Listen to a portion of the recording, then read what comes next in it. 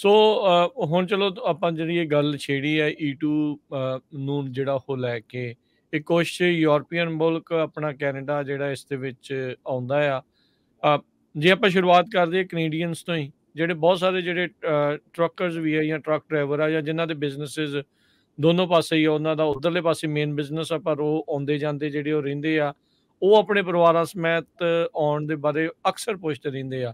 ਉਹਨਾਂ ਦੇ ਲਈ ਕੀ ਹੈਗਾ ਆ, ਕੀ ਪ੍ਰੋਸੈਸ ਹੋ ਸਕਦਾ ਉਹਨਾਂ ਦੇ ਲਈ? ਸੋ ਸਭ ਤੋਂ ਪਹਿਲੀ ਗੱਲ ਇਹ ਹੈ ਕਿ ਜਿਹੜਾ ਇਹ ਵੀਜ਼ਾ ਇਹ ਇਨਵੈਸਟਮੈਂਟ ਲਈ, ਮਤਲਬ ਕਿ ਤੁਹਾਨੂੰ ਕੰਪਨੀ ਰਨ ਕਰਨ ਲਈ ਵੀਜ਼ਾ ਦਿੱਤਾ, ਇਹ ਮਾਲਕ ਬਣਨਾ ਤੁਸੀਂ, ਇਹ ਤੁਹਾਨੂੰ ਡਰਾਈਵਰ ਬਣਨ ਲਈ ਨਹੀਂ ਉਹਨਾਂ ਨੇ ਵੀਜ਼ਾ ਦਿੱਤਾ। ਠੀਕ ਹੈ। ਜ਼ਿਆਦਾਤਰ ਸਾਨੂੰ ਇਹ ਹੁੰਦਾ ਕਿ ਮੈਂ ਲੋਕਾਂ ਜਿਹੜੇ ਉਸ ਲੈਵਲ ਤੇ ਆ ਕਿ ਮੈਂ ਉੱਥੇ ਟਰੱਕ ਚਲਾਉਣਾ, ਮੈਂ ਇੱਥੇ ਆ ਕੇ ਵੀ ਟਰੱਕ ਚਲਾ ਸਕਾਂ, ਇਹ ਵੀਜ਼ਾ ਉਸ ਚੀਜ਼ ਨੂੰ ਨਹੀਂ ਪੂਰਾ ਕਰ ਸਕਦਾ। ਇਹ ਜੇ ਤੁਹਾਨੂੰ ਥੋੜਾ ਜਿਹਾ ਐਕਸਪੀਰੀਅੰਸ ਹੈਗਾ, ਤੁਸੀਂ ਪੈਸੇ ਇਨਵੈਸਟ ਕਰ ਸਕਦੇ ਆ, ਕੰਪਨੀ ਖੋਲ ਸਕਦੇ ਆ, 3 ਤੋਂ 4 ਬੰਦੇ ਤੁਸੀਂ ਹਾਇਰ ਕਰ ਸਕਦੇ ਆ, ਇੱਦਾਂ ਦੇ ਲੈਵਲ ਦੀ ਤੁਸੀਂ ਕੰਪਨੀ ਖੋਲ ਸਕਦੇ ਆ, ਜਿਹਦੇ ਵਿੱਚ ਕਿ ਤੁਸੀਂ ਅਮਰੀਕਨ ਗਵਰਨਮੈਂਟ ਨੂੰ ਬੇਸਿਕਲੀ ਇਹ ਪ੍ਰੋਮਿਸ ਕਰ ਰਹੇ ਆ ਕਿ ਤੁਹਾਡੀ ਕੰਟਰੀ ਦੇ ਵਿੱਚ ਆਪਾਂ ਪੈਸੇ ਇਨਵੈਸਟ ਕਰਾਂਗੇ, ਡਾਲਰ ਲੈ ਕੇ ਆਵਾਂਗੇ, ਤੇ ਨਾਲ ਤੁਹਾਡੇ ਜਿਹੜੇ ਨਾਗਰਿਕ ਉਹਨਾਂ ਦੀਆਂ ਜੌਬਸ ਕ੍ਰੀਏਟ ਕਰਾਂਗੇ 3 ਤੋਂ 4, ਹੈ ਨਾ। ਜਿੰਨੇ ਜ਼ਿਆਦਾ ਪੈਸੇ ਇਨਵੈਸਟ ਕਰੋ ਉਨਾ ਹੀ ਤੁਹਾਡੇ ਚਾਂਸ ਜਿਹੜੇ ਇਸ ਵੀਜ਼ੇ ਦੇ ਜ਼ਿਆਦਾ ਹੁੰਦੇ ਆ। ਇਹ ਵੀਜ਼ਾ ਜਿਹੜਾ ਹੈਗਾ, ਇਹ ਆ ਕੇ ਸਿਰਫ ਇਹ ਨਹੀਂ ਕਿ ਮੈਂ ਆ ਕੇ ਆਪਣਾ ਕੰਮ ਕਰਨਾ, ਇਹਦੀ ਸਭ ਤੋਂ ਪਹਿਲੀ ਸ਼ਰਤ ਇਹੀ ਹੈ ਕਿ ਤੁਸੀਂ ਆਪਣੀ ਕੰਪਨੀ ਨੂੰ ਕਿੱਦਾਂ ਮੈਨੇਜ ਤੇ ਡਿਵੈਲਪ ਤੇ ਡਾਇਰੈਕਟ ਕਰੋਗੇ, ਤੁਸੀਂ ਆਪਣੀ ਕੰਪਨੀ ਨੂੰ ਕਿੱਦਾਂ ਵਧਾਓਗੇ। ਸੋ ਤੁਸੀਂ ਇਹਦੇ ਵਿੱਚ ਕੁਰਸੀ ਤੇ ਬਹਿ ਕੇ ਪਿੱਛੇ ਮਗਰ ਜਿਹੜੇ ਮੈਨੇਜਮੈਂਟ ਵਾਲੇ ਕੰਮ ਉਹ ਕਰਨੇ ਆ, ਉਸ ਚੀਜ਼ ਦਾ ਇਹ ਵੀਜ਼ਾ ਜਿਹੜਾ। ਠੀਕ ਹੈ। ਸੋ ਬਿਲਕੁਲ ਮੇਨ ਜਿਹੜਾ ਉਹ ਕਰਨਾ ਆ। ਸੋ ਹੁਣ ਜਿਹੜੀ ਇਹ ਚੀਜ਼ ਹੈਗੀ, ਇਨਵੈਸਟ ਕਰਨਾ, ਕੰਪਨੀ ਸੈਟਅਪ ਕਰਨੀ, ਇੰਪਲੋਈਜ਼ ਹਾਇਰ ਕਰਨੇ ਆ, ਇਹਦੇ ਲਈ ਕੋਈ ਬਿਜ਼ਨਸ ਪਲਾਨ ਪਹਿਲਾਂ ਤਿਆਰ ਕਰਨਾ ਪੈਂਦਾ ਆ? ਕੀ ਇਹਦੇ ਵਿੱਚ ਜਿਹੜਾ ਹੁੰਦਾ ਆ ਇਹ ਪ੍ਰੋਸੈਸ ਕਿੱਦਾਂ ਚੱਲਦਾ ਆ ਫਿਰ? ਪ੍ਰੋਸੈਸ ਦੇ ਨਾ ਕਈ ਸਾਰੇ ਪਹਿਲੂ ਆ। ਠੀਕ ਹੈ। ਸੋ ਇਹ ਵਾਲਾ ਜਿਹੜਾ ਪਹਿਲੂ ਆ ਕਿ ਕਿੱਦਾਂ ਇਹ ਥੋੜਾ ਜਿਹਾ ਆਪਾਂ ਜ਼ਿਆਦਾ ਅੱਗੇ ਲੰਘੇ ਕਿ ਕਿੱਦਾਂ ਕਰਨਾ ਹੈ। ਇਹਦਾ ਸਭ ਤੋਂ ਪਹਿਲੀ ਤਾਂ ਇਹ ਹੈ ਕਿ ਜਿਹੜਾ ਇੱਕ ਆਮ ਬੰਦਾ ਹੁਣ ਕਿੱਦਾਂ ਕਿ ਜਿਹੜੇ ਤੁਹਾਡੇ ਸਵਾਲ ਦਾ ਮੈਂ ਜਵਾਬ ਦੇ ਦਿੰਦਾ, ਪਰ ਇੱਦਾਂ ਕਿ ਜਿਹੜੇ ਹੁਣ ਸਾਨੂੰ ਰੋਜ਼ਾਨਾ 'ਚ ਹੀ ਲੋਕਾਂ ਨੇ ਕਾਮਨ ਕੁਐਸਚਨ ਪੁੱਛੇ ਹੈ ਨਾ, ਕਿ ਕੰਸਲਟੇਸ਼ਨ ਕੀਤੀ, ਪੁੱਛਿਆ ਕਿ ਸਭ ਤੋਂ ਪਹਿਲਾਂ ਉਹਨਾਂ ਦਾ ਇਹ ਆ ਗਿਆ ਕਿ ਕਿਹਨਾਂ ਵਾਸਤੇ ਆ, ਇਹ ਤੁਹਾਡੀ ਕੰਟਰੀ ਨਾਲ ਟ੍ਰੀਟੀ ਹੋਣੀ ਚਾਹੀਦੀ ਆ, ਇਹ PR ਨਹੀਂ, ਇਹ ਸਿਟੀਜ਼ਨ ਹੋਣਾ ਚਾਹੀਦਾ। ਦੂਸਰਾ ਇਹ ਹੈ ਕਿ ਇਹ ਕਰਨਾ ਕਿੱਦਾਂ ਅਪਲਾਈ, ਸਭ ਤੋਂ ਪਹਿਲੀ ਗੱਲ ਆਪਾਂ ਸ਼ੁਰੂ ਉਤੋਂ ਹੀ ਕਰ ਲੈਂਦੇ ਆ ਫਿਰ। ਹਾਂਜੀ, ਕਿੱਦਾਂ ਅਪਲਾਈ? ਹਾਂਜੀ ਕਿ ਅਮਰੀਕਾ ਤੋਂ ਹੋਣਾ ਕਿ ਕਿੱਦਾਂ। ਸੋ ਜਿਹੜੇ ਇਹਦੇ ਵਿੱਚ ਨਾ 2 ਤਰੀਕੇ ਆ। ਇੱਕ ਤਾਂ ਜਿਹੜਾ ਸਭ ਤੋਂ ਬੈਸਟ ਤਰੀਕਾ ਤਾਂ ਇਹੀ ਆ ਕਿ ਤੁਸੀਂ ਐਮਬੈਸੀ ਤੋਂ ਜਿਹੜਾ E2 ਵੀਜ਼ਾ ਲੈ ਕੇ ਆਓ। ਉਹਦਾ ਫਾਇਦਾ ਤੁਹਾਨੂੰ ਇਹ ਹੁੰਦਾ ਕਿ ਤੁਸੀਂ ਆ ਜਾ ਸਕਦੇ ਆ, ਕਿਉਂਕਿ ਐਂਡ ਆਫ ਦਾ ਡੇ ਜਦੋਂ ਵੀ ਤੁਸੀਂ ਬਾਹਰ ਜਾਣਾ, ਵਾਪਸ ਆਉਣ ਦੀ ਕੋਸ਼ਿਸ਼ ਕਰਨੀ, ਤੁਹਾਨੂੰ ਵੀਜ਼ਾ ਉਹ ਦੇਰ ਸਵੇਰ ਤੁਹਾਨੂੰ ਲੈਣੇ ਪੈਣਾ। ਠੀਕ ਹੈ। ਜੇ ਤੁਸੀਂ ਟਰੈਵਲ ਨਹੀਂ ਕਰਨਾ ਤੇ ਬੰਦਾ ਅਮਰੀਕਾ ਦੇ ਵਿੱਚ ਆਲਰੇਡੀ ਹੈਗਾ ਤੇ ਟੂਰਿਸਟ ਵੀਜ਼ੇ ਤੇ ਹੈਗਾ, B1 B2 ਜਿਹਨੂੰ ਕਹਿੰਦੇ ਆ। ਜਿੱਦਾਂ ਹੁਣ ਕੈਨੇਡੀਅਨ ਆਉਂਦੇ ਆ, ਉਹਨਾਂ ਨੂੰ B1 B2 ਦੀ ਟੂਰਿਸਟ ਵੀਜ਼ੇ ਦੀ ਐਂਟਰੀ ਦਿੰਦੇ ਆ ਅਮਰੀਕਾ ਦੇ ਵਿੱਚ 6 ਮਹੀਨੇ ਵਾਲੀ ਜੀ। ਤੇ ਯੂਰਪੀਅਨ ਆਉਂਦੇ ਆ ਉਰੇ, ਉਹਨਾਂ ਨੂੰ ਉਹ ਦਿੰਦੇ ਆ 90 ਦਿਨ ਦੀ ਐਂਟਰੀ ਐਸਟਾ ਦੇ ਉੱਤੇ, ਵੀਜ਼ਾ ਵੇਵਰ ਦੇ ਉੱਤੇ। ਸੋ ਦੋਨਾਂ 'ਚ ਬਹੁਤ ਜ਼ਿਆਦਾ ਫਰਕ ਆ। ਜਿਹੜੇ ਹੁਣ ਕੈਨੇਡੀਅਨ ਆ ਉਹ ਇੱਥੇ ਆ ਕੇ ਉਹ ਇੱਥੋਂ ਦੀ ਚੇਂਜ ਕਰ ਸਕਦੇ ਆ, ਜਾਂ ਜਿਹੜਾ ਬੰਦੇ ਨੇ ਵੀਜ਼ੇ ਦੀ ਸਟੈਂਪ ਲਈ ਆ, ਜਿਹੜਾ 10 ਸਾਲ ਵਾਲਾ 5 ਸਾਲ ਵਾਲਾ ਵੀਜ਼ਾ ਹੁੰਦਾ, ਉਹਦੇ ਬੇਸ ਤੇ ਤੁਸੀਂ ਇੱਥੇ ਆ ਕੇ E2 ਦੇ ਵਿੱਚ ਅਮਰੀਕਾ ਦੇ ਵਿੱਚ ਹੀ ਚੇਂਜ ਕਰ ਸਕਦੇ ਆ। ਜਿਹੜੇ ਹੁਣ ਐਸਟਾ ਵਾਲੇ ਆਉਂਦੇ ਆ, ਜ਼ਿਆਦਾਤਰ ਜਿਹੜੇ ਆਪਾਂ ਨੂੰ ਪੰਜਾਬੀ ਕਾਲਾਂ ਜਿਹੜੀਆਂ ਆਉਂਦੀਆਂ ਯੂਰਪੀਅਨ, ਉਹ 90 ਦਿਨ ਵਾਲਾ ਜਿਹੜਾ ਵੀਜ਼ਾ ਵੇਵਰ ਪ੍ਰੋਗਰਾਮ ਹੁੰਦਾ ਉਹ ਵੀ ਵਿਜ਼ਟਰ ਹੀ, ਪਰ ਉਹਦੇ ਤੇ ਸ਼ਰਤ ਇਹ ਹੁੰਦੀ ਕਿ ਤੁਸੀਂ ਚੇਂਜ ਨਹੀਂ ਕਰ ਸਕਦੇ, ਤੁਹਾਨੂੰ ਵਾਪਸ ਜਾਣਾ ਪੈਂਦਾ ਐਸਟਾ ਤੇ। ਠੀਕ ਹੈ। ਐਸਟਾ ਦੇ ਉੱਤੇ ਜ਼ਿਆਦਾਤਰ ਸਾਨੂੰ ਇਹਦੀਆਂ ਕਾਲਾਂ ਆਉਂਦੀਆਂ, ਮੈਂ ਤਾਂ ਭਾਜੀ ਆਪਣੇ ਭਰਾ ਦੇ ਆਖੇ ਲਾ ਕੇ ਹੁਣ ਆਪਣਾ ਬੱਚਾ ਸਕੂਲੇ ਪੜ੍ਹਨੇ ਪਾਤਾ, ਮੈਂ ਤਾਂ ਇੱਦਾਂ ਕਰਤਾ, ਮੈਂ ਤਾਂ ਉੱਦਾਂ ਕਰਤਾ। ਸੋ ਕਾਨੂੰਨ ਤੋਂ ਉੱਤੇ ਕੋਈ ਚੀਜ਼ ਨਹੀਂ ਹੈਗੀ। ਸੋ ਇਹ ਨਹੀਂ ਕਿ ਅਮਰੀਕਾ ਉਹਨਾਂ ਨੇ ਤਾਂ ਸਾਰਾ ਕੁਛ ਕਰ ਲੈਂਦੇ ਹੈ ਨਾ, ਉਹ ਤਾਂ IRS ਨੇ ਟੈਕਸ ਵੀ ਲੈ ਲੈਣੇ ਕੱਚੇ ਬੰਦੇ ਤੋਂ, ਪਰ ਤੁਸੀਂ ਕਰਨਾ ਨਹੀਂ ਇੱਦਾਂ। ਜਿਹੜਾ 90 ਦਿਨ ਵਾਲਾ ਪ੍ਰੋਗਰਾਮ ਹੈ ਨਾ, ਉਹਨੂੰ ਪੂਰਾ ਆਨਰ ਕਰਨਾ, ਆਪਣਾ ਵੀਜ਼ਾ ਨਹੀਂ ਖਰਾਬ ਕਰਨਾ ਕਿਸੇ ਨੇ ਵੀ। ਸੋ ਜਿਹੜਾ ਸੋ 2 ਚੀਜ਼ਾਂ, ਜਿਹੜਾ ਬੰਦਾ B1 B2 ਵੀਜ਼ੇ ਦੇ ਉੱਤੇ ਆ ਉਹ ਇੱਥੇ ਵੀ ਕਰ ਸਕਦਾ ਵਾ, ਬਾਹਰੋਂ ਵੀ ਕਰ ਸਕਦਾ। ਜਿਹੜਾ ਬੰਦਾ ਐਸਟਾ ਤੇ ਹੈਗਾ, ਇਟਲੀ ਵਗੈਰਾ ਤੋਂ ਸਾਨੂੰ ਜ਼ਿਆਦਾ ਮੇਨ ਇਨਕੁਆਇਰੀ ਆਉਂਦੀ, ਉਹਨਾਂ ਨੂੰ ਕੰਟਰੀ ਆਊਟ ਕਰਕੇ ਉਹਨਾਂ ਨੂੰ ਉੱਥੋਂ ਐਮਬੈਸੀ ਤੋਂ ਵੀਜ਼ਾ ਲੈ ਕੇ ਆਉਣਾ ਪੈਂਦਾ। ਤੇ ਇਹਦੇ ਵਿੱਚ ਤੁਸੀਂ ਇੱਦਾਂ ਨਹੀਂ ਕਿ ਉਹ ਐਸਟਾ ਤੇ ਟੂਰਿਸਟ ਵੀਜ਼ੇ ਤੇ ਆ ਕੇ ਤੁਸੀਂ ਆਪਣੇ ਬੱਚੇ ਸਕੂਲ ਪੜ੍ਹਨੇ ਪਾ ਦੇਣੇ, ਉਹ ਚੀਜ਼ ਨਹੀਂ ਤੁਸੀਂ ਕਰਨੀ, ਉਹ ਤੁਹਾਡੇ ਅਗੇਂਸਟ ਜਾਣੀ ਹੈ, ਫਿਰ ਉਹ ਵੀਜ਼ੇ ਦੀ ਵਾਇਓਲੇਸ਼ਨ ਹੋ ਜਾਣੀ ਹੈ। ਸੋ ਜਿਹੜਾ ਟੂਰਿਸਟ ਵੀਜ਼ਾ ਸਿਰਫ ਵਿਜ਼ਿਟ ਕਰ ਸਕਦੇ, ਬੱਚੇ ਨਹੀਂ ਸਕੂਲ ਪੜ੍ਹਨੇ ਪਾ ਸਕਦੇ। ਠੀਕ ਹੈ। ਸੋ ਇਹ ਫਿਰ ਇਹ ਅਪਲਾਈ ਮਤਲਬ ਹੋ ਦੋਨੋਂ ਪਾਸੋਂ ਹੀ ਸਕਦਾ ਆ, ਪਰ ਬੈਟਰ ਜਿੱਦਾਂ ਤੁਸੀਂ ਕਿਹਾ ਵੀ ਆਪਸ਼ਨ ਇਹ ਆ ਵੀ ਆਊਟਸਾਈਡ ਆਫ US ਤੋਂ ਲੈ ਕੇ ਆਓ, ਅੰਬੈਸੀ ਤੋਂ ਲੈ ਕੇ ਆਓ, ਤੇ ਇਦਾਂ ਆ। ਕੌਣ ਕੁਆਲੀਫਾਈ ਕਰ ਸਕਦਾ ਆ ਇਸ ਚੀਜ਼ ਦੇ ਲਈ? ਕੀ ਜਿਹੜੀਆਂ ਰਿਕੁਆਇਰਮੈਂਟਸ ਆ ਇਹਨੂੰ ਕੁਆਲੀਫਾਈ ਕਰਨ ਦੇ ਲਈ, ਟ੍ਰੀਟੀ ਇਨਵੈਸਟਰ ਦੇ ਲਈ? ਜੀ, ਇਹਦਾ ਇੱਕ ਤੁਸੀਂ ਭਾਜੀ ਕਲਿੱਪ ਵੀ ਬਣਾ ਦਿਓ ਬਾਅਦ ਦਾ, ਕਿ ਪਤਾ ਲੱਗ ਜਾਵੇ ਕਿਉਂਕਿ ਕਾਫੀ ਇੱਥੇ ਜਿਹੜਾ ਆਹ ਮੇਨ ਕੁਐਸਚਨ ਹੈ ਕਿ ਕੁਆਲੀਫਾਈ ਕੌਣ ਕਰਦਾ। ਸੋ ਉਹ ਜਿਹੜੇ ਮੇਨ ਕ੍ਰਾਈਟੇਰੀਆ ਨਾ ਪਹਿਲਾਂ ਇਹਨੂੰ ਦੇਖੋ, ਜੇ ਕੁਆਲੀਫਾਈ ਕਰਦੇ ਆ ਫਿਰ ਹੀ ਤੁਸੀਂ ਵਕੀਲ ਨੂੰ ਕੰਟੈਕਟ ਕਰਿਓ, ਨਹੀਂ ਤਾਂ ਫਾਇਦਾ ਨਹੀਂ ਕੋਈ, ਹੈ ਨਾ। ਠੀਕ ਹੈ। ਸੋ ਪਹਿਲਾਂ ਤਾਂ ਸਿਟੀਜ਼ਨਸ਼ਿਪ ਹੋਣੀ ਚਾਹੀਦੀ ਹੈ ਤੁਹਾਡੀ ਟ੍ਰੀਟੀ ਕੰਟਰੀ ਦੀ। ਸੋ ਜਿਹੜਾ PR ਵਾਲਾ ਫੋਨ ਕਰ ਰਿਹਾ ਜੇ ਉਹਨੂੰ ਵੇਟ ਕਰਨੀ ਪੈਣੀ, ਸਿਟੀਜ਼ਨ ਬਣਨਾ ਪੈਣਾ ਟ੍ਰੀਟੀ ਕੰਟਰੀ ਦਾ, ਹੈ ਨਾ। ਟ੍ਰੀਟੀ ਕੰਟਰੀ ਬਾਰੇ ਤੁਹਾਨੂੰ ਕਿੱਥੋਂ ਪਤਾ ਲੱਗੂਗਾ? ਤੁਸੀਂ ਗੂਗਲ 'ਚ ਜਾ ਕੇ ਸਿੱਧੇ ਲਿਸਟ ਕਰੋ ਕਿ E2 ਲਿਸਟ ਆਫ ਕੰਟਰੀਜ਼, ਹੈ ਨਾ, ਜਾਂ list of countries that qualify for E2, ਇਹਨੂੰ ਚੈੱਕ ਕਰਕੇ ਦੇਖੋ। ਉਹਨਾਂ ਨੇ ਪੂਰੀ ਜਿਹੜੀ ਲਿਸਟ ਦੱਸ ਦੇਣੀ ਹੈ ਕਿਹੜੀ ਕਿਹੜੀ ਕੰਟਰੀ ਦਾ ਨਾਂ ਉਹਦੇ ਵਿੱਚ ਆਉਂਦਾ, ਤੇ ਇਹ ਤੁਸੀਂ ਅਫੀਸ਼ੀਅਲ ਜਿਹੜੀ ਚੱਜ ਦੀ ਵੈਬਸਾਈਟ ਤੋਂ ਜਿਹੜਾ ਚੈੱਕ ਕਰਨਾ, ਹੈ ਨਾ। ਤੇ ਦੂਸਰੀ ਚੀਜ਼ ਇਹ ਹੈ ਕਿ ਤੁਹਾਡੇ ਕੋਲ ਇਨਵੈਸਟਮੈਂਟ ਜਿਹੜੀ ਹੋਣੀ ਚਾਹੀਦੀ ਹੈ। ਹੁਣ ਇਨਵੈਸਟਮੈਂਟ ਨੂੰ ਉਹ ਕਿੱਦਾਂ ਐਕਸਪਲੇਨ ਕਰਦੇ ਆ, ਇਹ ਮੇਨ ਸਵਾਲ ਆ ਕਿ ਕਿੰਨੇ ਪੈਸੇ ਇਨਵੈਸਟ ਕਰਨੇ ਆ। ਉਹਨਾਂ ਨੇ ਕੋਈ ਮਿਨੀਮਮ ਜਾਂ ਮੈਕਸੀਮਮ ਨਹੀਂ ਦਿੱਤਾ, ਉਹਨਾਂ ਨੇ ਸਿਰਫ ਇਹ ਕਿਹਾ ਕਿ ਤੁਸੀਂ ਜਾਂ ਤਾਂ ਇਨਵੈਸਟ ਆਲਰੇਡੀ ਕਰ ਦਿੱਤਾ ਹੋਣਾ ਚਾਹੀਦਾ, ਜਾਂ ਤੁਸੀਂ ਇਨ ਪ੍ਰੋਸੈਸ ਹੈਗੇ ਇਨਵੈਸਟ ਕਰਨ ਦੇ। Substantial amount of capital, substantial amount of capital ਕੀ ਆ ਕਿ ਜੇ ਹੁਣ ਇੱਕ ਸਟੋਰ ਜਿਹੜਾ 3 ਲੱਖ ਦਾ ਆਉਂਦਾ ਤਾਂ ਤੁਹਾਨੂੰ 3 ਲੱਖ ਚਾਹੀਦੇ ਆ। ਜੇ ਇੱਕ ਸਮੋਕ ਸ਼ਾਪ 1.5 ਲੱਖ ਦੀ ਆਉਂਦੀ ਹੈ ਤਾਂ ਤੁਹਾਨੂੰ 1.5 ਲੱਖ ਚਾਹੀਦੇ ਆ। ਜੇ ਹੁਣ ਇੱਕ ਲੌਂਡਰੋਮੈਟ 75,000 ਦਾ ਆਉਂਦਾ, ਤੁਹਾਨੂੰ 75,000 ਚਾਹੀਦੇ ਆ। ਪਰ ਫਰਕ ਇਹ ਆ ਕਿ ਲੌਂਡਰੋਮੈਟ ਦੇ ਵਿੱਚ ਤੁਹਾਡੀਆਂ ਜੌਬਸ ਨਹੀਂ ਕ੍ਰੀਏਟ ਕਰ ਹੋਣੀਆਂ, ਉਹਦੇ ਵਿੱਚ ਤੁਸੀਂ ਇੱਕ ਐਕਟਿਵ ਰੋਲ ਬਿਜ਼ਨਸ ਡਿਵੈਲਪ ਕਰਨ ਵਾਲਾ ਕਰ ਨਹੀਂ ਪਾਣਾ। ਓਕੇ। ਕਿ ਕਿੰਨੇ ਪੈਸੇ ਇਨਵੈਸਟ ਕਰਨੇ ਆ, ਇਹਦਾ ਕੋਈ ਸਹੀ ਗਲਤ ਨੰਬਰ ਨਹੀਂ ਹੈਗਾ। ਆਪਾਂ ਘੱਟ ਤੋਂ ਘੱਟ ਵਾਲਾ ਵੀ ਕਰਾਇਆ ਹੋਇਆ। ਜ਼ਿਆਦਾਤਰ ਜਿਹੜੇ ਔਨ ਐਵਰੇਜ ਜਿਹੜੇ ਸਾਡੇ ਕਲਾਇੰਟ ਆ ਉਹ 1.5 ਲੱਖ ਤੋਂ 3 ਲੱਖ ਦੇ ਵਿੱਚ US$ ਦੇ ਵਿੱਚ ਉਹ ਇਨਵੈਸਟ ਕਰਦੇ ਆ। ਠੀਕ। ਤੇ ਮੇਨ ਤੁਹਾਡੇ ਵਿੱਚ ਇਹਦੀ ਆਰਗੂਮੈਂਟ ਇਹ ਆ ਕਿ ਮੈਂ ਜੌਬ ਕ੍ਰੀਏਟ ਕਰਨੀ ਆ। ਸੋ ਹੁਣ ਜੇ ਇੱਕ ਛੋਟੀ ਸਮੋਕ ਸ਼ਾਪ ਲੈ ਲਈ, ਮੰਨ ਲਓ ਕਿਸੇ ਨੇ, ਉੱਥੇ ਇੱਕ ਬੰਦੇ ਦੇ ਖੜੇ ਹੋਣ ਦੀ ਜਗ੍ਹਾ ਉਹ ਤੁਹਾਡੀ ਆਰਗੂਮੈਂਟ ਥੋੜੀ ਜਿਹੀ ਮੁਸ਼ਕਿਲ ਹੋ ਜਾਂਦੀ ਆ। ਸੋ ਇਦਾਂ ਕਿ ਜੇ ਸਟੋਰ ਵਗੈਰਾ ਵੀ ਲੈਣਾ, ਇਦਾਂ ਕਿ 2-3 ਜਣਿਆਂ ਦੀਆਂ ਸ਼ਿਫਟਾਂ ਉੱਥੇ ਲੱਗਣ ਦੀ ਗੁੰਜਾਇਸ਼ ਹੋਣੀ ਚਾਹੀਦੀ ਹੈ, ਕਿਉਂਕਿ ਤੁਸੀਂ ਇੱਕ ਬਿਜ਼ਨਸ ਪਲਾਨ ਬਣਾ ਕੇ ਦੇਣਾ ਹੁੰਦਾ ਕਿ ਤੁਸੀਂ ਜੌਬ ਕਿੱਦਾਂ ਕ੍ਰੀਏਟ ਕਰਨੀ ਆ। ਜੇ ਤੁਸੀਂ ਕਹੋ ਮੈਂ ਸਮੋਕ ਸ਼ਾਪ ਤੇ, ਜੇ ਤੁਹਾਡੀ ਸਿਰਫ 100 ਸਕੁਅਰ ਫੁੱਟ ਦੀ ਸਮੋਕ ਸ਼ਾਪ ਆ ਤੇ ਤੁਸੀਂ ਕਹੋ ਇੱਥੇ ਮੈਂ 4 ਨੌਕਰੀਆਂ ਕ੍ਰੀਏਟ ਕਰ ਦਿੰਦੀ ਆ, ਉਹ ਬਲੀਵੇਬਲ ਨਹੀਂ ਹੈਗਾ, ਉਹ ਹੋ ਨਹੀਂ ਸਕਦੀਆਂ ਕਿਉਂਕਿ ਜਗ੍ਹਾ ਹੀ ਨਹੀਂ ਹੈਗੀ ਉੱਥੇ। ਤੇ ਜਿਹੜਾ ਅਮਰੀਕਾ ਦੇ ਵਿੱਚ ਬਿਜ਼ਨਸ ਵਗੈਰਾ ਸਾਰੇ ਹੈਗੇ, ਕੋਡ ਦੇ ਹਿਸਾਬ ਨਾਲ ਜਗ੍ਹਾ ਕਿੰਨੀ ਛੱਡਣੀ ਹੈ, ਐਕਸੈਸਿਬਿਲਿਟੀ ਦੇ ਲਾਅ, ਹੋਰ ਸਾਰਾ। ਤੇ ਉਹ ਤੁਹਾਡਾ ਜਿੰਨੇ ਜ਼ਿਆਦਾ ਪੈਸੇ ਪਾਓਗੇ ਉਨਾ ਜ਼ਿਆਦਾ ਵਧੀਆ ਬਿਜ਼ਨਸ ਆਊਗਾ। ਜਿਹੜਾ $2 ਲੱਖ ਵਾਲਾ ਬਿਜ਼ਨਸ ਆ ਉਹਨੇ $2 ਲੱਖ ਵਾਲੀ ਇਨਕਮ ਛੱਡਣੀ ਹੈ, ਜਿਹੜਾ 5 ਲੱਖ ਵਾਲਾ ਉਹਨੇ 5 ਲੱਖ ਵਾਲੀ ਇਨਕਮ ਛੱਡਣੀ ਹੈ, ਹੈ ਨਾ। ਸੋ ਪਹਿਲਾਂ ਜਿਹੜੀ ਕੋਸ਼ਿਸ਼ ਕਰਨੀ ਆ ਜ਼ਿਆਦਾ ਤੋਂ ਜ਼ਿਆਦਾ ਜਿੰਨਾ ਹੋ ਸਕੇ ਉਨੀ ਇਨਵੈਸਟਮੈਂਟ ਤੁਸੀਂ ਕਰਨੀ ਹੈ ਇਹਦੇ ਵਿੱਚ। ਠੀਕ ਹੈ। ਤੀਸਰੀ ਇਹਦੀ ਰਿਕੁਆਇਰਮੈਂਟ ਹੈਗੀ ਹੈ ਕਿ ਡਿਵੈਲਪ ਐਂਡ ਡਾਇਰੈਕਟ, ਕਿ ਤੁਸੀਂ ਜਿਹੜਾ ਬਿਜ਼ਨਸ ਇੱਥੇ ਕਰਨ ਆਉਣਾ, ਤੁਸੀਂ ਇੱਥੇ ਕੰਮ ਕਰਨ ਨਹੀਂ ਆਉਣਾ। ਇਹਦਾ ਮਤਲਬ ਹੈਗਾ ਕਿ ਜਿੱਦਾਂ ਆਪਾਂ ਟਰੱਕ ਡਰਾਈਵਰ ਵਾਲੀ ਐਗਜ਼ਾਮਪਲ ਦਿੱਤੀ ਸੀਗੀ ਕਿ ਬੰਦਾ ਇਹ ਨਾ ਸੋਚੇ ਕਿ ਮੈਂ ਆ ਕੇ ਕੰਪਨੀ ਖੋਲ ਕੇ ਅਮਰੀਕਾ 'ਚ ਸਿੱਧੇ ਟਰੱਕ ਚਲਾਉਣਾ, ਹੋਰ ਮੈਂ ਕੁਛ ਨਹੀਂ ਕਰਨਾ, ਹੈ ਨਾ। ਤੁਹਾਨੂੰ ਇੱਥੇ ਓਨਰ ਤੁਸੀਂ ਬਣ ਸਕਦੇ ਆ, ਆਪਰੇਟਰ ਨਹੀਂ ਤੁਸੀਂ ਬਣ ਸਕਦੇ ਇਹਦੇ ਵਿੱਚ। ਤੁਹਾਨੂੰ ਜਿੱਦਾਂ ਤੁਸੀਂ ਜੇ ਪੂਰੀ ਤੁਹਾਨੂੰ ਗੱਲਬਾਤ ਦੱਸਣੀ ਪੈਣੀ ਕਿ ਮੈਂ ਡਿਸਪੈਚ ਉਹ ਸਾਰਾ ਕੋਆਰਡੀਨੇਟ ਕਰਨਾ, ਮੈਂ ਡਰਾਈਵਰਾਂ ਦੇ ਸਕੈਜੂਲ ਕੋਆਰਡੀਨੇਟ ਕਰਨੇ, ਮੈਂ ਮੁਲਾਜ਼ਮ ਰੱਖਣੇ ਅੱਗੇ, ਹੈ ਨਾ। ਸੋ ਉਹ ਚੀਜ਼ ਦਾ ਇਹ ਜਿਹੜਾ ਵੀਜ਼ਾ ਹੈਗਾ। ਇੱਕ ਕਾਮਨ ਕੁਐਸਚਨ ਬੜਾ ਆਉਂਦਾ ਕਿ ਸਾਡੇ ਰਿਸ਼ਤੇਦਾਰਾਂ ਦੀ ਕੰਪਨੀ ਚੱਲਦੀ ਹੈ, ਜੇ ਸਾਡੇ ਕੰਪਨੀ ਉਹ ਜਾਂ ਬਿਜ਼ਨਸ ਆ ਸਾਡੇ ਨਾਂ ਕਰਦੇ, ਇਹ ਜਾਂ ਇਦਾਂ ਪੁੱਛਦੇ ਆ ਕਿ ਪੈਸੇ ਕਿੰਨੇ ਸ਼ੋਅ ਕਰੀਏ, ਜਿੱਦਾਂ ਆਪਣੇ ਇੰਡੀਆ 'ਚ ਨਹੀਂ ਹੁੰਦਾ ਕਿ ਬਾਹਰ ਜਾਣਾ ਪੈਸੇ ਕਿੰਨੇ ਸ਼ੋਅ ਕਰੀਏ। ਇਹ ਪੈਸੇ ਸ਼ੋਅ ਕਰਨ ਵਾਲਾ ਵੀਜ਼ਾ ਨਹੀਂ ਹੈਗਾ। ਇਹ 'ਚ ਉਹਨਾਂ ਨੇ ਸ਼ੋਅ ਵਾਲਾ ਕੁਛ ਨਹੀਂ ਦੇਖਣਾ ਇਹਦੇ ਵਿੱਚ ਐਕਚੁਅਲ ਦੇ ਵਿੱਚ ਪੈਸਾ ਖਰਚਣਾ ਪੈਣਾ ਐਕਚੁਅਲ ਦੇ ਵਿੱਚ। ਇਹ ਸ਼ੋਅ ਵਾਲਾ ਨਹੀਂ ਕਿ ਲੱਗ ਗਿਆ ਵੀਜ਼ਾ ਤੇ ਗੱਲ ਬਣ ਗਈ। ਤਾਂ 2-2 ਸਾਲ ਦੀ ਉਹਨਾਂ ਨੇ ਸਟੇ ਦੇਣੀ ਆ, 2-2 ਸਾਲ ਬਾਅਦ ਤੁਹਾਨੂੰ ਰਿਨਿਊ ਕਰਨਾ ਪੈਂਦਾ, ਖਰਚੇ ਦੱਸਣੇ ਪੈਂਦੇ, ਪ੍ਰੋਫਿਟ ਦੱਸਣੇ ਪੈਂਦੇ। ਸੋ ਪੂਰਾ ਲਿਖਤ ਪੜ੍ਹੀ ਵਾਲਾ ਜਿਹੜਾ ਇਹ ਕੰਮ ਤੁਹਾਡਾ, ਜਿਹੜਾ ਤੁਹਾਡੀ ਕੰਪਨੀ ਦੇ ਵਿੱਚ ਘੱਟੋ ਘੱਟ ਕਾਨੂੰਨ ਕਹਿੰਦਾ ਹੈਗਾ ਕਿ 50% ਓਨਰਸ਼ਿਪ ਚਾਹੀਦੀ ਹੈ E2 ਵੀਜ਼ੇ ਬੰਦੇ ਵਾਲੀ। ਠੀਕ ਹੈ ਜੀ। 50% ਓਨਰਸ਼ਿਪ 'ਚ ਆਪਾਂ ਦੇਖਦੇ ਹਾਂ ਕਈ ਵਾਰੀ ਕੁਐਸਚਨ ਉੱਠ ਜਾਂਦੇ ਆ। ਤੁਹਾਡੀ ਘੱਟੋ ਘੱਟ 51% ਜਾਂ ਜ਼ਿਆਦਾ ਤੁਸੀਂ ਓਨਰਸ਼ਿਪ ਰੱਖੋ, ਤਾਂ ਕਿ ਤੁਸੀਂ ਆਰਗੂਮੈਂਟ ਕਰ ਸਕੋ ਕਿ ਮੈਂ ਕਰਤਾ ਧਰਤਾ ਕੰਪਨੀ ਦਾ, ਮੈਂ ਕੰਟਰੋਲ ਕਰਦਾ।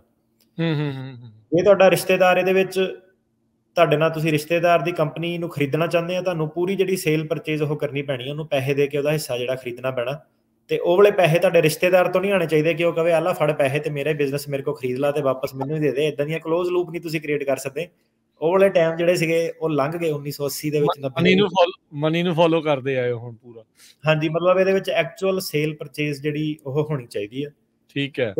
ਮੇਨ ਚੀਜ਼ ਇਹਦੇ ਵਿੱਚ ਹੈਗੀ ਆ ਕਿ ਜਿਹੜੀ ਇਨਵੈਸਟਮੈਂਟ ਹੈਗੀ ਹੈ ਤੁਹਾਡੀ, ਉਹ ਐਟ ਰਿਸਕ ਹੋਣੀ ਚਾਹੀਦੀ ਹੈ। ਸੋ ਐਟ ਰਿਸਕ ਦਾ ਮਤਲਬ ਕੀ ਹੁੰਦਾ ਕਿ ਪੈਸੇ ਤੁਹਾਡੇ ਦਾਅ ਤੇ ਲੱਗ ਗਏ। ਸੋ ਬੜਾ ਕਾਮਨ ਸਵਾਲ ਆ ਕਿ ਜੇ ਭਾਜੀ ਮੈਂ ਘਰ ਖਰੀਦ ਲਵਾਂ ਆ ਕੇ $1 ਮਿਲੀਅਨ ਦਾ, ਉਹ ਤਾਂ ਯਾਰ ਤੁਸੀਂ ਖਰੀਦਣਾ, ਉਹ 'ਚ ਸਰਕਾਰ ਨੂੰ ਕੀ ਫਾਇਦਾ ਹੋਣਾ, ਉਹ 'ਚ ਥੋੜਾ ਤੁਸੀਂ ਹੁਣ ਮੁਲਾਜ਼ਮ ਰੱਖ ਲੈਣੇ ਆ। ਜਾਂ ਪੁੱਛਦੇ ਆ ਕਿ ਜੇ ਮੈਂ ਲੈਂਡ ਖਰੀਦ ਲਵਾਂ, ਉਹਨਾਂ ਨੇ ਦੇਖਣਾ ਕਿ ਜਿਹੜਾ ਤੁਸੀਂ ਪੈਸਾ ਲਾਇਆ, ਮੰਨ ਲਓ ਤੁਸੀਂ $1 ਮਿਲੀਅਨ ਖਰਚਿਆ, ਉਹ ਸਾਰਾ ਜਿਹੜਾ ਐਟ ਰਿਸਕ ਹੈਗਾ ਕਿ ਨਹੀਂ ਹੈਗਾ। ਹੁਣ 1 ਮਿਲੀਅਨ 'ਚੋਂ ਮੰਨ ਲਓ ਤੁਸੀਂ 2 ਲੱਖ ਦੀ ਲੈਂਡ ਲੈ ਲਈ, 2 ਲੱਖ ਦਾ ਬਿਜ਼ਨਸ ਪਾਤਾ, ਬਾਕੀ ਤੁਸੀਂ ਕੈਪੀਟਲ ਦੇ ਉੱਤੇ ਲਾਤਾ, ਫਰਨੀਚਰ ਦੇ ਉੱਤੇ ਲਾਤਾ, ਤੁਸੀਂ ਸਪਰੈਡ ਕਰਤਾ, ਉਹ ਤੁਹਾਡਾ ਐਟ ਰਿਸਕ ਆ। ਜੇ ਤੁਸੀਂ ਕੋਈ 1 ਮਿਲੀਅਨ ਚੋਂ ਮੈਂ 9,90,000 ਦੀ ਮੈਂ ਲੈਂਡ ਲੈ ਲਈ ਤੇ 10,000 ਦਾ ਮੈਂ ਉੱਤੇ ਖੋਖਾ ਪਾਤਾ, ਤੇ ਉਹਨਾਂ ਨੇ ਕਹਿਣਾ ਤੇਰਾ ਜਿਹੜਾ ਮੈਜੋਰਟੀ ਆਫ ਜਿਹੜਾ ਤੇਰਾ ਪੈਸਾ ਨਾ ਉਹ ਐਟ ਰਿਸਕ ਨਹੀਂ ਹੈਗਾ, ਕਿਉਂਕਿ ਲੈਂਡ ਦੀ ਵੈਲਿਊ ਘਟਣੀ ਨਹੀਂ ਇੰਨੀ ਨਾ। ਤੇ ਤੁਹਾਨੂੰ ਇਹ ਵੀ ਸ਼ੋਅ ਕਰਨਾ ਪੈਂਦਾ ਕਿ ਜਿਹੜਾ ਬਿਜ਼ਨਸ ਆ ਉਹ ਤੁਹਾਡਾ ਪੂਰਾ ਲੌਸਿਸ 'ਚ ਜਾ ਸਕਦਾ, ਠੱਪ ਹੋ ਸਕਦਾ। ਇਹ ਇੱਕ ਉਹਨਾਂ ਦੀ ਰਿਕੁਆਇਰਮੈਂਟ ਆ। ਕਿਉਂ ਇਹ ਰਿਕੁਆਇਰਮੈਂਟ ਆ? ਕਿਉਂਕਿ ਇਨਵੈਸਟਮੈਂਟ ਵੀਜ਼ਾ ਹੈ, ਕੋਈ ਉਹ ਵਾਲਾ ਵੀਜ਼ਾ ਨਹੀਂ ਕਿ ਤੁਸੀਂ ਆਪਣੇ ਐਸੈਟ ਇੱਥੇ ਬਣਾਉਣੇ ਆ, ਅਕਮੂਲੇਟ ਕਰਨੇ ਆ। ਇਹਦੇ ਵਿੱਚ ਤੁਸੀਂ ਜਿਹੜਾ ਆਪਣਾ ਪੈਸਾ ਉਹ ਦਾਅ 'ਤੇ ਲਾਉਣਾ, ਤੇ ਬਿਜ਼ਨਸ ਕਮਰਸ਼ੀਅਲ ਸੈਂਸ ਦੇ ਵਿੱਚ ਦਾਅ ਦੇ ਵਿੱਚ ਚਲਾਉਣਾ, ਕਿ ਵਾਕਈ ਤੁਹਾਡਾ ਜਿਹੜਾ ਸਾਰਾ ਉਹ ਕਮਰਸ਼ੀਅਲ ਸੈਂਸ ਦੇ ਵਿੱਚ ਹੋਣਾ ਚਾਹੀਦਾ। ਸੋ ਇਹਦੇ ਵਿੱਚ ਇੱਦਾਂ ਨਹੀਂ ਕਿ ਮੈਂ ਘਰ ਲੈ ਲਏ, ਮੈਂ ਜ਼ਮੀਨਾਂ ਖਰੀਦ ਲਈਆਂ। ਹਾਂ, ਜੇ ਤੁਸੀਂ ਇਹ ਕਹਿੰਦੇ ਆ ਕਿ ਮੈਂ ਜ਼ਮੀਨ ਖਰੀਦ ਕੇ ਉੱਤੇ ਮਕੈਨਿਕ ਦੀ ਸ਼ਾਪ ਪਾਣੀ ਆ, ਯਾਰਡ ਖੋਲ੍ਹਣਾ, ਉਹ ਵਾਲੇ ਬਿਜ਼ਨਸ ਤੁਹਾਡੇ ਜਿਹੜੇ ਹੈਗੇ ਆ ਕਮਰਸ਼ੀਅਲ, ਉਹ 'ਚ ਤੁਸੀਂ ਆਰਗੂਮੈਂਟ ਕਰ ਸਕਦੇ ਆ। ਪਰ ਸਿੰਪਲ ਇਹਦੇ ਵਿੱਚ ਇੱਦਾਂ ਨਹੀਂ ਕਿ ਤੁਸੀਂ ਜ਼ਮੀਨ ਲੈ ਕੇ ਰੱਖ ਲਈ ਤੇ ਤੁਹਾਨੂੰ ਵੀਜ਼ਾ ਜਿਹੜਾ ਮਿਲ ਗਿਆ। ਸੋ ਮੁੱਖ ਤੌਰ 'ਤੇ ਸਿਟੀਜ਼ਨਸ਼ਿਪ ਦੀ ਰਿਕੁਆਇਰਮੈਂਟ ਆ, ਇਨਵੈਸਟਮੈਂਟ, ਕੈਪੀਟਲ ਦੀ ਰਿਕੁਆਇਰਮੈਂਟ ਆ, ਬਿਜ਼ਨਸ ਨੂੰ ਤੁਸੀਂ ਡਿਵੈਲਪ ਤੇ ਡਾਇਰੈਕਟ ਕਰਨਾ, ਕੰਮ ਕਰਨ ਨਹੀਂ ਆਉਣਾ ਇੱਥੇ, ਤੇ ਜਿਹੜੇ ਪੈਸੇ ਆ ਤੁਹਾਡੇ ਐਟ ਰਿਸਕ ਹੋਣੇ ਚਾਹੀਦੇ ਆ। ਸੋ ਇਹ ਮੇਨ ਜਿਹੜੀਆਂ ਇਨਵੈਸਟਮੈਂਟ ਦੀਆਂ ਰਿਕੁਆਇਰਮੈਂਟਸ ਆ। ਜੀ। ਸੋ ਇਹ ਸਾਰੇ ਜਾਣੇ ਬਹੁਤ ਹੀ ਧਿਆਨ ਦੇ ਨਾਲ ਜਿਹੜਾ ਉਹ ਇੱਕ ਵਾਰੀ ਫੇਰ ਜਿਹੜਾ ਉਹ ਸੁਣ ਲੈਣ ਵੀ ਇਹ ਜਿਹੜੀਆਂ ਚੀਜ਼ਾਂ ਆ ਡੈਫੀਨੇਟਲੀ ਚਾਹੀਦੀਆਂ। ਜਿੱਦਾਂ ਉਹਦੇ ਵਿੱਚ ਇੱਕ ਦੂਸਰਾ ਜਿਹੜਾ ਜਿਹੜਾ ਇਨਵੈਸਟਮੈਂਟ ਵਾਲਾ ਵੀਜ਼ਾ ਹੁੰਦਾ ਜਿਹ 'ਚ $1 ਮਿਲੀਅਨ ਆ, ਉਹ 'ਚ ਹੁੰਦਾ ਹੱਬ ਹੁੰਦਾ ਵੀ ਇੱਥੇ ਕਰਨਾ, ਇੱਥੇ ਕਰਨਾ। ਇੱਥੇ ਇਹ ਵੀ ਕੋਈ ਰਿਕੁਆਇਰਮੈਂਟ ਹੈਗੀ ਆ ਵੀ ਕਿਤੇ ਵੱਧ ਆ, ਕਿਤੇ ਘੱਟ? ਜਿੱਦਾਂ ਉਹਨਾਂ ਨੇ 2 ਆਪਸ਼ਨਸ ਜਿਹੜੀਆਂ ਰੱਖੀਆਂ ਹੁੰਦੀਆਂ ਆ ਵੀ ਕਿਤੇ ਵੱਧ ਪੈਸੇ ਲਾਉਣੇ ਪੈਂਦੇ, ਕਿਤੇ ਘੱਟ ਲਾਉਣੇ ਪੈਂਦੇ ਆ, ਕਿ ਇੱਥੇ ਜਿੱਥੇ ਮਰਜ਼ੀ ਕੀਤੀ ਜਾ ਸਕਦੀ ਹੈ ਇਨਵੈਸਟਮੈਂਟ?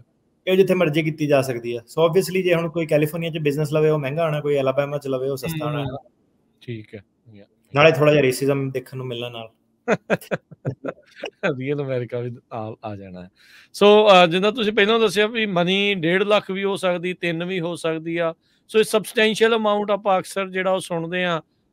ਇਹ ਫਿਰ ਉਹ ਇਨਵੈਸਟਮੈਂਟ ਦੇ ਹਿਸਾਬ ਦੇ ਨਾਲ ਹੀ ਹੁੰਦਾ ਹੈ ਵੀ ਕਿੰਨੀ ਆ, ਮਤਲਬ ਬਿਜ਼ਨਸ ਦੇ ਹਿਸਾਬ ਦੇ ਨਾਲ ਉਹ ਅਮਾਊਂਟ ਕੀਤੀ ਜਾਂਦੀ ਹੈ, ਦੇਖੀ ਜਾਂਦੀ ਹੈ? ਹਾਂਜੀ, ਬਿਲਕੁਲ। ਸੋ ਇਹ ਡਿਪੈਂਡ ਹੁਣ ਕਰਦਾ ਕਿ ਖਰੀਦਣਾ ਤੁਸੀਂ ਇੱਕ ਨਵਾਂ ਬਿਜ਼ਨਸ ਖੋਲ੍ਹਣਾ ਹੈ ਨਾ।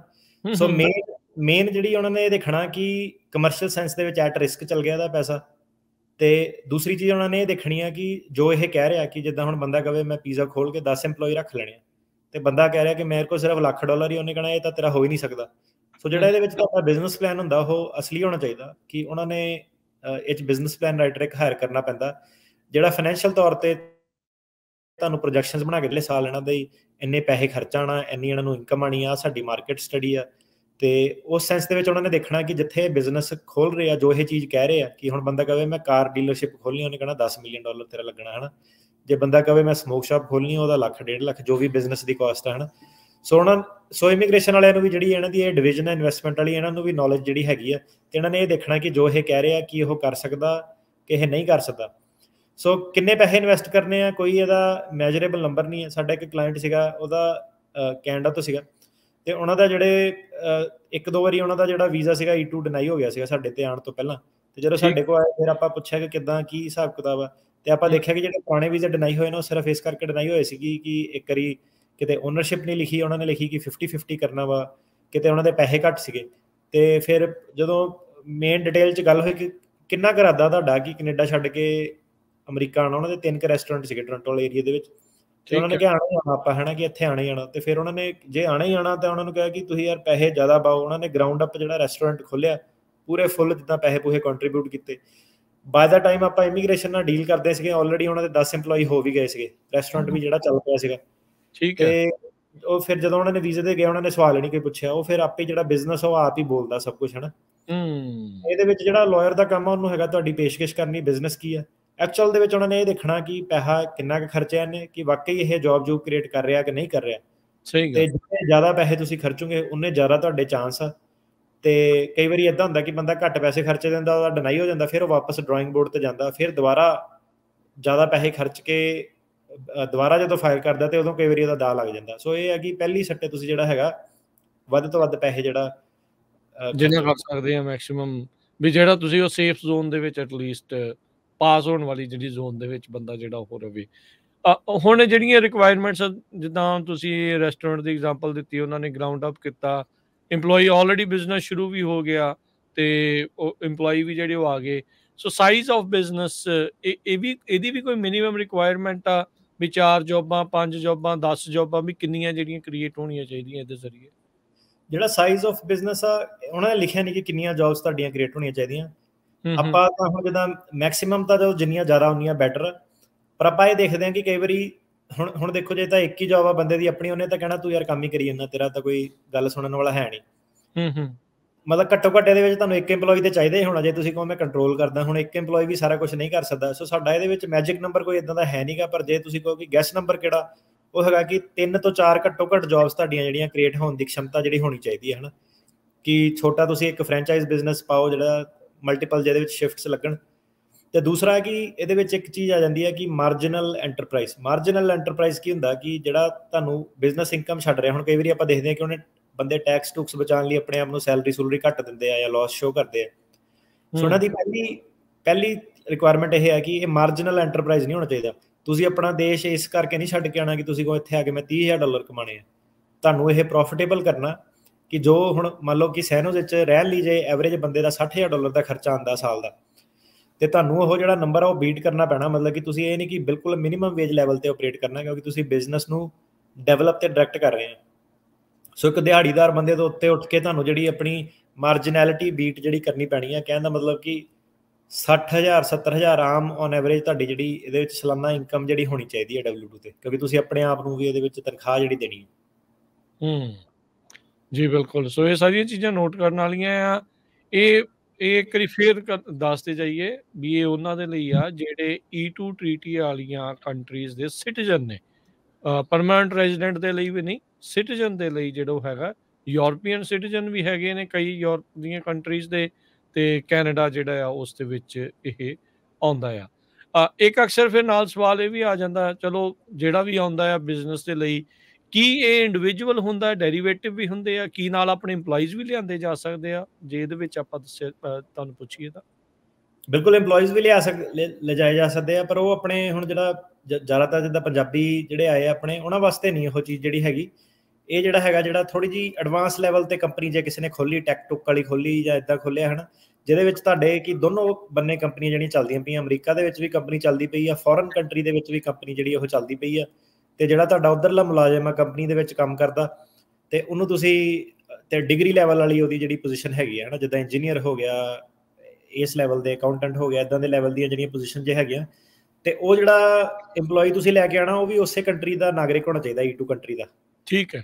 ਤੇ ਹੁਣ ਜਿੱਦਾਂ ਫੋਰ ਐਗਜ਼ਾਮਪਲ ਕਿਸੇ ਦੀ ਫਰਾਂਸ ਦੇ ਵਿੱਚ ਕੰਪਨੀ ਆ ਕੰਪਿਊਟਰ ਦੀ, ਉਹਨੇ ਇੱਥੇ ਆਫਿਸ ਖੋਲਿਆ, ਉਹਨੇ ਆਪਣਾ ਜਿਹੜੇ ਫਰਾਂਸ ਵਾਲੇ EMPLOYEE ਆ ਉਹ ਲੈ ਕੇ ਆ ਸਕਦਾ ਸੋ ਇਹ ਚੀਜ਼ ਆ। ਤੇ ਇਹਦੇ ਵਿੱਚ ਜ਼ਿਆਦਾਤਰ ਮੈਂ ਅਜੇ ਤੱਕ ਮੈਨੂੰ ਹੁਣ ਜਿੱਦਾਂ 15 ਸਾਲ ਹੋ ਗਏ ਕੰਮ ਕਰਦੇ, ਇਹਦੇ ਵਿੱਚ E2 EMPLOYEE ਅਜੇ ਤੱਕ ਨਹੀਂ ਮੈਂ ਕੋਈ ਵੀ ਕੀਤਾ ਆਪਣਾ ਇੰਡੀਅਨ ਮੂਲ ਦੇ ਬੰਦੇ ਦਾ ਜਾਂ ਪੰਜਾਬੀ ਦਾ, ਕਿਉਂਕਿ ਉਹਨਾਂ ਦਾ ਜ਼ਿਆਦਾਤਰ ਇਦਾਂ ਕਿ ਉਹਨਾਂ ਨੇ ਉਰੇ ਆ ਕੇ ਬਿਜ਼ਨਸ ਖੋਲ ਕੇ ਉਰੇ EMPLOYEE ਜਿਹੜੇ ਜ਼ਿਆਦਾਤਰ ਇਕੱਠੇ ਕਰਦੇ ਆ, ਤੇ ਇਹ ਉਹਨਾਂ ਦੇ ਵਾਸਤੇ ਆ ਜਿਹਨਾਂ ਨੇ ਬੈਕ ਐਂਡ ਫੋਰਥ ਜਾਣਾ ਹੁੰਦਾ ਆਪਣੀ ਕੰਟਰੀ ਦੇ ਵਿੱਚੋਂ।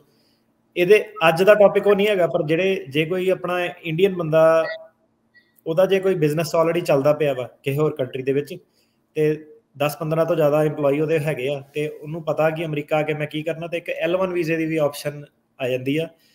ਉਹ ਅੱਜ ਦੇ ਟੌਪਿਕ ਤੋਂ ਨਹੀਂ, ਆਪਾਂ ਕਿਸੇ ਹੋਰ ਟਾਈਮ ਡਿਸਕਸ ਕਰਾਂਗੇ, ਕਿਉਂਕਿ ਉਹਦੀ ਰਿਕੁਆਇਰਮੈਂਟ ਥੋੜ੍ਹੀਆਂ ਜਿਹੀਆਂ ਜ਼ਿਆਦਾ ਜਿਹੜੀਆਂ ਸਟ੍ਰਿਕਟ ਹੁੰਦੀਆਂ ਕਿ ਦੋਨੋਂ ਪਾਸੇ ਤੁਸੀਂ ਕੰਪਨੀ ਹਾਈ ਲੈਵਲ ਤੇ ਇੱਕ ਮੇਨਟੇਨ ਕਰਕੇ ਚਲਾਉਣੀ ਹੁੰਦੀ ਹੈ ਕਿ 25-30 EMPLOYEE ਤੁਸੀਂ ਦੋਨੋਂ ਪਾਸੇ ਰੱਖਣੇ ਆ, ਤੇ ਫਿਰ ਤੁਸੀਂ L1 ਵੀਜ਼ੇ ਦੀ ਆਪਸ਼ਨ ਜਿਹੜੀ ਖੁੱਲ੍ਹ ਜਾਂਦੀ ਹੈ, ਜਿਹੜਾ E2 ਨਾਲੋਂ ਬੈਟਰ। ਜੀ ਠੀਕ ਹੈ। ਸੋ ਉਹ ਇੱਕ ਡਿਫਰੈਂਟ ਜਿਹੜੀ ਉਹ ਆ ਜਾਂਦੀ ਆ। ਤੁਸੀਂ ਸ਼ੁਰੂਆਤ 'ਚ ਮਾੜਾ ਜਿਹਾ ਦੱਸਿਆ ਸੀਗਾ ਵੀ ਇਹਦੀ ਜਿਹੜੀ ਸਟੇ ਦਾ ਟਾਈਮ ਹੈ 2 ਸਾਲ ਦਾ ਹੁੰਦਾ? ਇਹਦਾ ਜੀ ਜਦੋਂ ਤੁਸੀਂ ਵੀਜ਼ਾ ਲਵਾਉਂਦੇ ਆ ਤੁਹਾਨੂੰ 5 ਸਾਲ ਦਾ ਉਹ ਵੀਜ਼ਾ ਦਿੰਦੇ ਆ। ਓਕੇ। ਐਟ ਟਾਈਮ ਤੁਸੀਂ ਜਦੋਂ ਐਂਟਰੀ ਤੁਹਾਨੂੰ ਮਿਲਦੀ ਹੈ ਉਹ 2-2 ਸਾਲ ਦੀ ਮਿਲਦੀ ਹੈ। ਹਰੇਕ ਚੀਜ਼ ਦੀ ਲਿਮਿਟ ਆ, ਜਿੱਦਾਂ H1B ਵਾਲੇ ਨੂੰ 3 ਸਾਲ, H4 ਵਾਲੇ ਨੂੰ 3 ਸਾਲ, E2 ਵਾਲੇ ਨੂੰ 2 ਸਾਲ ਦੀ ਜਿਹੜੀ ਐਂਟਰੀ ਮਿਲਦੀ ਹੈ ਜਿੱਦਾਂ ਬਿਜ਼ਨਸ ਵੀਜ਼ੇ ਵਾਲੇ ਆਉਂਦੇ ਕਈ ਵਾਰੀ 6 ਮਹੀਨੇ ਦੀ ਦਿੰਦੇ ਆ। ਇਹਦੇ ਵਿੱਚ 2 ਸਾਲ ਦੀ ਤੁਹਾਨੂੰ ਉਹ ਐਂਟਰੀ ਦਿੰਦੇ ਆ, ਤੇ ਤੁਸੀਂ ਆਪਣਾ ਬਿਜ਼ਨਸ ਜਿਹੜਾ ਕਰਦੇ ਰਹਿਣਾ ਉਸੇ ਕਿੱਤੇ ਦੇ ਵਿੱਚ, ਤੇ ਤੁਹਾਡਾ ਐਕਸਟੈਂਡ ਫਿਰ ਜਿਹੜਾ ਵੀਜ਼ਾ ਉਹ ਹੁੰਦਾ ਰਹਿੰਦਾ। ਓਕੇ। ਸੋ